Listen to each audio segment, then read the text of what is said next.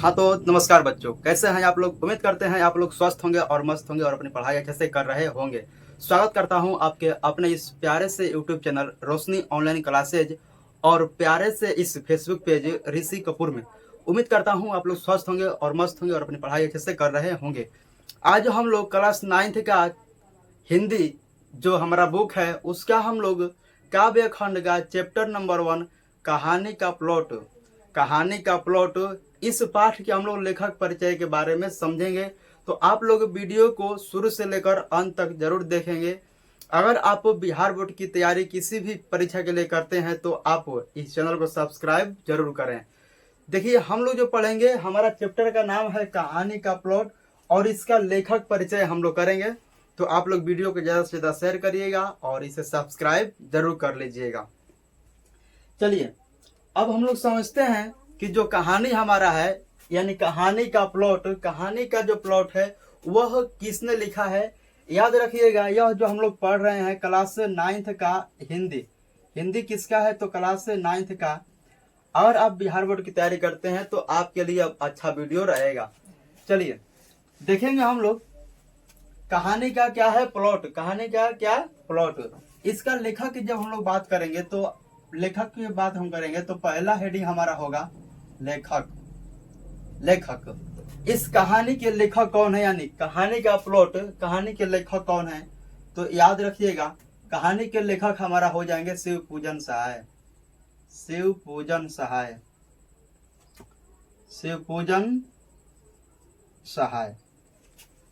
इस बात को ध्यान रखिएगा, आपसे क्वेश्चन पूछा जाएगा पहले ही बार कि कहानी का प्लॉट, कहानी किसने लिखा है, तो शिवपूजन सहाय। अब कोई भी लेखक रहता है तो उसका जन्म तो रहता ही है, सब लोग जानता है। कोई भी व्यक्ति है तो उसका जन्म हुआ रहता है। जैसे महात्मा गांधी हो गए, महात्मा गांधी का जन्म 2 अक्टूबर 1869 ईस्वी को हुआ है। आप सभी लोग इसको जानते होंगे। तो इसी तरह शिवपूजन सहाय है और इनका जन्म हुआ होगा। तो इनका जन्म कब हुआ था, इस बात को हम लोग देखेंगे। चलिए, अगर इसका जन्म पूछेगा हमसे कि इनका जन्म कहाँ हुआ था, तो जन्म में याद रखेंगे हम लोग इनका जन्म, ठीक है। यानी शिवपूजन सहाय का जन्म जो हमसे अगर पूछेगा तो वह 1893 में। कब हुआ था, 1893 में इनका जन्म हुआ था। आपसे क्वेश्चन पूछेगा कि शिवपूजन सहाय जी का जन्म कब हुआ था, 1893 ईस्वी में जन्म हुआ था। जन्म किस स्थान पर हुआ था, स्थान में याद रखेंगे हम लोग। अगर हमसे स्थान पूछता है तो स्थान में याद रखिएगा, बिहार में एक छोटा सा गांव था, बिहार में एक छोटा सा गांव है और गांव का नाम है हमारा उनवास। गांव का नाम क्या है, उनवास। गांव का नाम क्या है, उनवास। आप लोग इसे ध्यान रखेंगे। यह शिवपूजन सहाय का गांव है और बिहार के किस जिला में हुआ था, तो बिहार के यह बक्सर जिला में हुआ था। आप लोग इसे ध्यान देंगे। चलिए, यहां से सवाल पूछ सकता है आपसे कि शिवपूजन सहाय जी का जन्म किस राज्य में हुआ था, तो बिहार में हुआ था। अगला सवाल पूछेगा कि शिवपूजन सहाय के जन्म किस जिला में हुआ था, तो बक्सर जिला में हुआ था। शिवपूजन सहाय जी का जो जन्म हुआ था वह किस गांव में हुआ था, उनवास नाम का एक गांव था और इस गांव में शिवपूजन सहाय जी का जन्म हुआ था। यहां तक आप लोग समझ चुके होंगे। चलिए आगे समझते हैं कि इनका बचपन का नाम जो था, बचपन का नाम हम लोग ध्यान रखेंगे। इनके बचपन का नाम क्या था, आप लोग इसे भूलिएगा नहीं, इसके लिए हम बता देंगे, ठीक है। तो बचपन का नाम याद रखिएगा भोलानाथ। बचपन का नाम क्या है, भोलानाथ। आपसे सवाल पूछेगा कि शिवपूजन सहाय जी के बचपन का नाम क्या था, तो भोलानाथ। क्योंकि बचपन में लोग कैसे रहते हैं, भोला रहते हैं। बचपन में लोग कैसा रहते हैं, भोला रहते हैं। यानी उसको उतना बुद्धि ज्ञान नहीं होता है, तो बोल सकते हैं बचपन में भोला रहते हैं, ठीक। तो बचपन का नाम क्या था, भोलानाथ। किसका नाम था, शिवपूजन सहाय जी के बचपन का नाम था। आप लोग इसे ध्यान रखेंगे।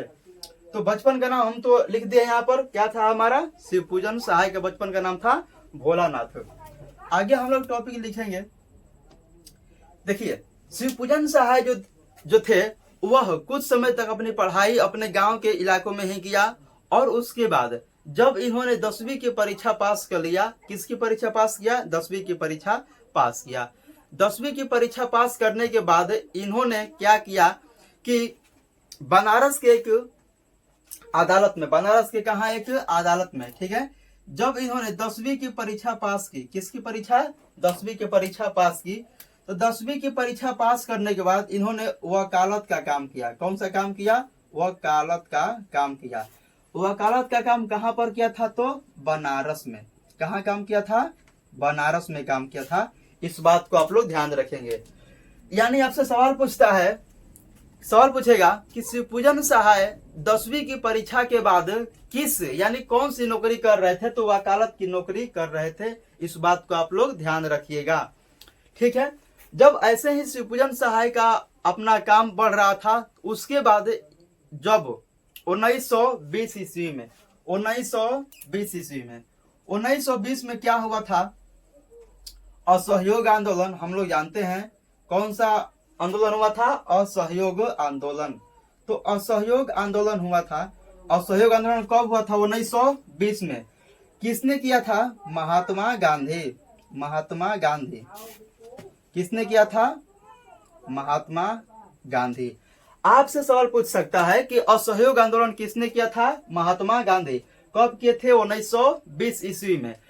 तो 1920 ईस्वी में जब असहयोग आंदोलन हो रही थी, उस समय जो शिवपूजन सहाय जी थे वह इस आंदोलन से बहुत ही प्रभावित हो गए थे। आंदोलन से क्या हो गए थे, प्रभावित हो गए थे।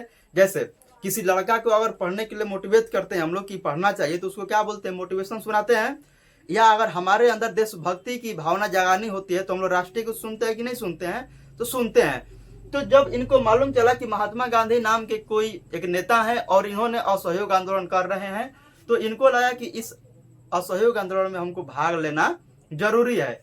तो इस असहयोग आंदोलन के कारण जो शिवपूजन सहाय थे उन्होंने अपनी नौकरी को त्याग कर दिया। क्या कर दिया, नौकरी को त्याग कर दिया।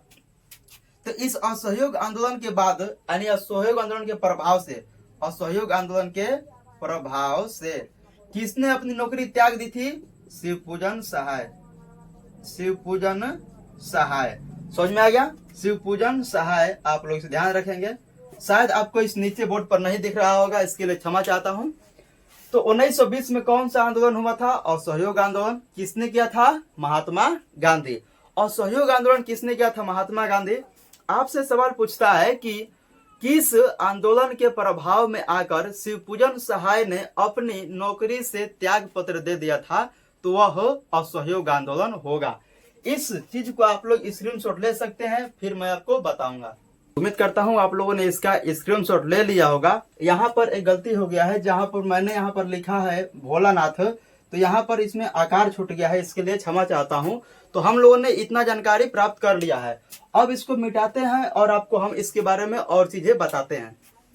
चलिए अब हम लोग देखेंगे कि जब शिवपूजन सहाय असहयोग आंदोलन के प्रभाव में आकर अपनी नौकरी से त्याग पत्र दे दिए थे, उसके बाद उन्होंने कौन कौन सा कार्य किया, तो इनके बारे में हम लोग कुछ और महत्वपूर्ण जानकारी को करेंगे जो आपके एग्जाम के लिए बहुत ही इंपॉर्टेंट होगा। चलिए देखते हैं हम लोग, इनकी कुछ पत्रिका है। क्या है, पत्रिका। आप लोग इसे ध्यान रखेंगे, इनकी कुछ पत्रिका है और पत्रिका का नाम क्या है, तो इसको आप लोग ध्यान से देखेंगे। देखिए इनकी कुछ पत्रिका है, पत्रिका का जो पहला नाम है उसको हम लोग देखेंगे, ठीक है। पहला हमारा है जागरण। क्या है, जागरण। दूसरा हमारा है माधुरी, ठीक है। तीसरा हमारा क्या है, बालक। और 4 नंबर में हमारा क्या है, हिमालय। हिमालय।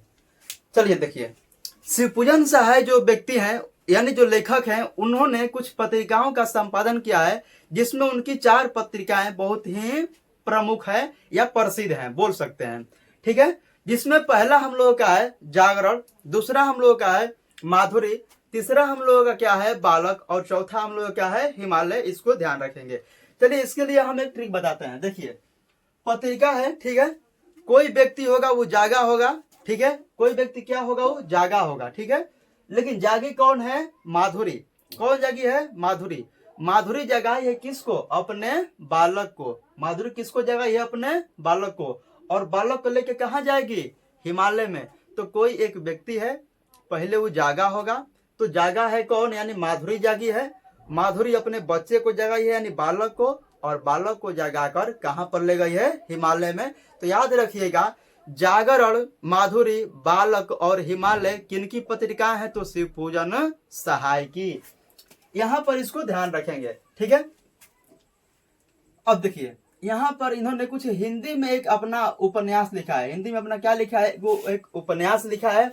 और इस उपन्यास का जो नाम है, इनका उपन्यास का जो नाम है यहाँ पर है देहाती दुनिया। देहाती दुनिया, ठीक है। देखिए, आपसे सवाल पूछता है कि शिवपूजन सहाय जी का एकमात्र उपन्यास का नाम क्या है? तो देहाती दुनिया इनका एकमात्र उपन्यास है, इसे ध्यान रखेंगे। इसके अलावा इन्होंने बहुत सारी पत्रिकाओं का संपादन किया है, जिसमें हमारा हो जाएगा, यानी इनकी पुस्तक है, क्या है? पुस्तक, ठीक। इनके पुस्तक में बहुत सारे हैं, जैसे में मतवाला है, मतवाला, ठीक है। मतवाला के बाद हमारा है मंडमाल,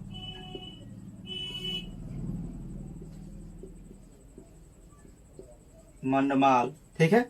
मंडमाल जो है वह शिवपूजन सहाय की कहानी है। एक हमारा है कहानी का प्लॉट, जो हम लोग इस चैप्टर में पढ़ रहे हैं, कहानी का प्लॉट, कहानी का प्लॉट। इसके अलावा है बिंब प्रतिबिंब, बिंब प्रतिबिंब, बिंब प्रतिबिंब, ठीक है। इसके बाद हम लोग का है दो घड़ी, वे दिन वे लोग, वे दिन वे लोग, ठीक है। देखिए, शिवपूजन सहाय जी हैं, उन्होंने कुछ पत्रिकाओं का संपादन किया है, कुछ पुस्तक और कुछ कहानियों को लिखे हैं, कुछ उपन्यास को लिखे हैं, जिसमें हम लोग इसको समझने का प्रयास करेंगे। उनकी 4 जो पत्रिकाएं हैं वो बहुत ही प्रसिद्ध है। आपसे सवाल पूछ सकते हैं कि पत्रिकाओं का जो संपादन है, यानी पत्रिकाएं जो है वह कौन कौन सी है? तो इसको देखेंगे। पहला हमारा क्या है? जागरण, दूसरा है माधुरी, तीसरा है बालक, और चौथा क्या है? हिमालय। इसके बाद इन्होंने एक हिंदी में एक उपन्यास लिखा है। क्या लिखा है? उपन्यास। यह इनका एकमात्र उपन्यास है, आप लोग से ध्यान रखेंगे। क्या है? उपन्यास है। इनके एकमात्र उपन्यास का नाम क्या है? देहाती दुनिया। आपसे सवाल पूछ सकता है कि देहाती दुनिया किनकी उपन्यास है? तो शिवपूजन सहाय की। इसके अलावा इन्होंने कुछ पुस्तक लिखी है, ठीक है। पुस्तक में है मतवाला, मंडमाल, कहानी का प्लॉट, बिंब प्रतिबिंब, दो घड़ी, वे दिन और वे लोग। तो वे दिन और वे लोग, दो घड़ी, बिंब प्रतिबिंब, मतवाला और कहानी का प्लॉट शिवपूजन सहाय की पत्रिकाएं हैं। देखिए, इसमें से जो इनकी कहानी है, कहानी कौन कौन सी है उसको देखेंगे हम लोग। कहानी, तो कहानी में हमारा एक का है मंडमाल। कौन सा है? मंडमाल।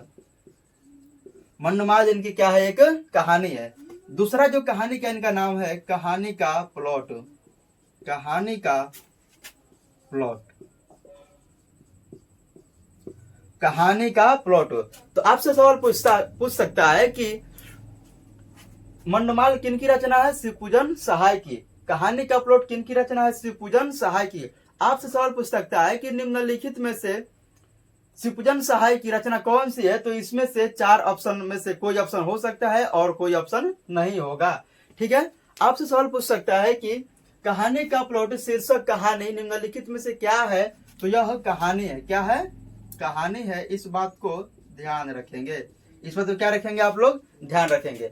आप लोग इसका स्क्रीनशॉट ले लीजिए।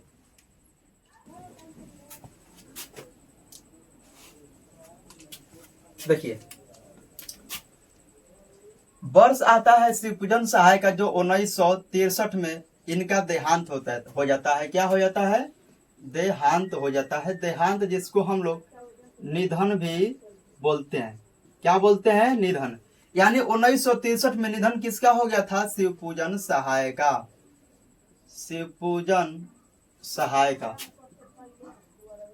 शिवपूजन सहाय का, ठीक है। क्या हो गया था? निधन हो गया था। आपसे सवाल पूछ सकता है कि शिवपूजन सहाय जी का निधन कब हुआ था, तो 1963 ईस्वी में इनका क्या हो गया था, निधन हो गया था।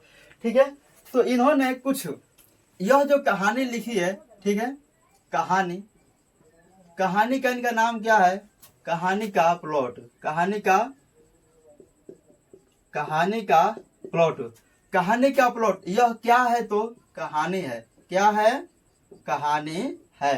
क्या है, कहानी है। तो कहानी का प्लॉट निम्नलिखित में से क्या है, कहानी है। देखिए, इस कहानी में जो लेखक शिवपूजन सहाय हैं वह समाज में चल रहे दहेज प्रथा के बारे में वर्णन किए हैं। इस कहानी में एक बूढ़ा व्यक्ति रहता है, उस बूढ़ा व्यक्ति का नाम क्या रहता है, मुंशी जी। क्या नाम रहता है, मुंशी जी। लेखक उसी के बारे में बताते हैं कि इस कहानी में एक बूढ़ा व्यक्ति रहता है, उसका नाम क्या था, मुंशी जी। मुंशी जी के बड़े भाई एक थे, उसका नाम क्या था, दरोगा जी, यानी वह दरोगा थे। ठीक है, तो मुंशी जी के बारे में इसमें कहानी में बताया गया है। मुंशी जी की एक छोटी सी बेटी होती है, उस बेटी का नाम क्या होता है, भगजोगनी। नाम क्या होता है, भगजोगनी। तो आपसे सवाल सीधे तौर पे पूछता है कि मुंशी जी की लड़की का क्या नाम था, भगजोगनी, या मुंशी जी की बेटी का नाम क्या था, भगजोगनी। ठीक है, तो इस कहानी में क्या होता है कि भगजोगनी के शादी करने के लिए वह मुंशी जी जब किसी के द्वार पे जाते थे तो वहां पर तिलक दहेज की अधिक मांग की जा रही थी, जबकि इस समाज में आज भी यह प्रथा मौजूद है, यानी दहेज प्रथा यहाँ पर विद्यमान है। तो उस समय जब 1963 की बात है और 1893 की बात है, उस समय भी क्या था, दहेज प्रथा भी थी। तो उस समय के लेखक जो थे उसको इस कहानी में वर्णन किए हैं। तो जब मुंशी जी जाते हैं अपनी बेटी की शादी करवाने के लिए, यानी भगजोगनी की शादी करवाने के लिए, तो लोग क्या करते हैं कि अधिक तिलक दहेज की मांग करते हैं। तब मुंशी जी क्या करते हैं कि वह इस समाज को देखकर और इस रीति रिवाज को देखकर यह खुद को फांसी लगाकर मरने की प्लान बनाते हैं। कौन, मुंशी जी। और लेखक से कहते हैं कि काश मैं इस दुनिया में न रहता इस दिन को देखने के लिए, क्योंकि मैं अपनी बेटी की शादी भी नहीं करा पा रहा हूं, तो यह मेरा एक अभागा ही यानी दुर्भाग्य ही है। ठीक है, तो बहुत मुश्किल की बात क्या होता है कि शिवपूजन सहाय जो लेखक हैं वह मुंशी के पास जाते हैं और उनसे कहते हैं कि आपकी जो बेटी है उसका शादी हम किसी लड़के से करवाने का प्रयास करेंगे। तो लेखक जो है वह अपने दोस्तों से भी कहें कि उनसे कोई शादी कर ले और उनका जो मतलब कि एक बोझा है उसको टाल दे, तो कोई उनकी बात को नहीं मानता है। फिर क्या होता है कि 41 वर्ष का एक बूढ़ा होता है। क्या होता है, बूढ़ा। क्या होता है, बूढ़ा होता है। ठीक है, 41 वर्ष का क्या होता है, एक बूढ़ा होता है। अंतिम में इस बूढ़े के साथ किसकी शादी हो जाती है, भगजोगनी की शादी हो जाती है। किसकी शादी हो जाती है, भगजोगनी की शादी हो जाती है। ठीक है, यानी भगजोगनी की शादी जल्दी नहीं हो रही थी और बहुत परिश्रम करने के बाद एक आदमी मिला जिसका उम्र क्या था, 41 वर्ष, और इसके साथ किसका विवाह हो जाता है, भगजोगनी का विवाह हो जाता है। बहुत ही दुर्भाग्य की बात है कि भगजोगनी का विवाह हुए अभी कुछ महीने हुए थे और उसके बाद जो उसका बूढ़ा पति था वह इस दुनिया से छोड़कर चला जाता है। इस दुनिया से छोड़कर क्या होता है, चला जाता है। ठीक, लेकिन आप लोग इस बात को गौर करिएगा कि जो 41 वर्ष का आदमी है उसका कोई बेटा हो सकता है, ज्यादातर हो सकता है और नहीं भी हो सकता है, कोई गारंटी नहीं है। लेकिन एक कहानी में इसका जो भगजोगनी है इसका एक बेटा होता है। क्या होता है, बेटा होता है। ठीक, और अपने पति के मरने के बाद जब भगजोगनी की पति मर जाता है, यानी जो बूढ़ा मर जाता है, उसके बाद इसका एक बेटा होता है। ठीक है, यह बेटा के साथ ही इस भगजोगनी का विवाह हो जाता है। तो यह बहुत ही एक दर्दनाक घटना है जो इस कहानी में वर्णन किया गया है। अगर आपको ये वीडियो अच्छा लगा होगा तो इस वीडियो में कमेंट कर सकते हैं। आपको अगला वीडियो किस टॉपिक पर चाहिए आप इसके बारे में भी कमेंट कर सकते हैं। और अगर आप मेरे इस चैनल पर पहली बार नए हैं तो इसे सब्सक्राइब कर लें, और अगर आप फेसबुक पर देख रहे हैं तो इस वीडियो को ज़्यादा से ज़्यादा शेयर करें। जय हिंद, जय भारत। मिलते हैं अब इसकी हम लोग कहानी को लेकर, और कहानी बहुत ही इंटरेस्ट है जो आप लोगों को सुनने में और समझने में काफ़ी ही अच्छा लगेगा।